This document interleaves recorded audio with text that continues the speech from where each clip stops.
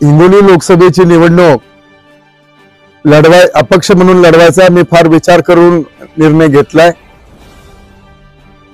निवडणुकीला मी जेव्हा फॉर्म भरला त्यावेळेस मला पक्षाच्या ज्येष्ठ मंडळींचे फोन आले, मुख्यमंत्र्यांचे फोन आले, बरीचशी मंडळी इथे केंद्रीय मंत्री सुद्धा आले होते हिंगोलीला।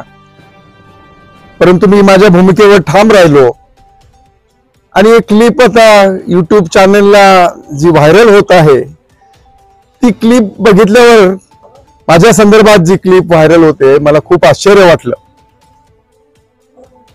यामध्ये असं म्हटलंय की माझ्या कोणीतरी निकटवर्तीयाने श्रीयुत आनंद जाधव जे संपर्क प्रमुख आहेत, ज्येष्ठ नेते आहेत शिवसेनेचे, महायुतीचे आघाडीचे जे उमेदवार आहेत त्यांचा ते प्रचार करतायत। एक जबाबदार व्यक्ती त्यांनी असं स्टेटमेंट दिलं की ॲडव्होकेट शिवाजीराव जाधव येत्या 20 तारखेला पंतप्रधान मोदी साहेबांची सभा आहे आणि तिथे महायुतीच्या उमेदवाराला पाठिंबा देणार आहे।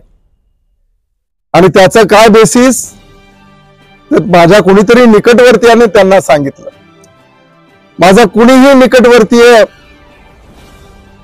म्हणून त्यांच्याकडे जाऊ शकतो आणि असं सांगू शकतो किंवा त्यांनी माहित नाही कुठल्या आधारावर हे स्टेटमेंट केलंय। अतिशय गंभीर असं हे विधान आहे आणि आम्हाला आश्चर्य वाटलं की एका जबाबदार नेत्यानं हे असं विधान करावं। या विधानामुळे हिंगोली लोकसभेच्या मतदारांची दिशाभूल होत आहे। हे स्टेटमेंट व्हायरल होत आहे आणि यामुळे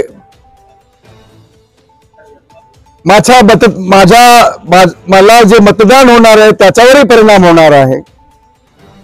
आणि एवढे सिनियर आनंद जाधव साहेब आहेत, त्यांना एवढे कळत नाही की असं स्टेटमेंट केल्यामुळे त्यांच्या उमेदवाराची उमेदवारी धोक्यात येऊ शकते। याची आम्ही गंभीर दखल घेतली आहे। मी उद्या रिटर्निंग ऑफिसरला लेखी तक्रार सुद्धा देत आहे की अशा नेत्यांना त्यांनी नोटीस काढावी आणि असं त्यांना विचारणा करावी किंवा यांनी यापुढे भविष्यात असे बेजबाबदार स्टेटमेंट करू नये याविषयी त्यांना तंबी द्यावी।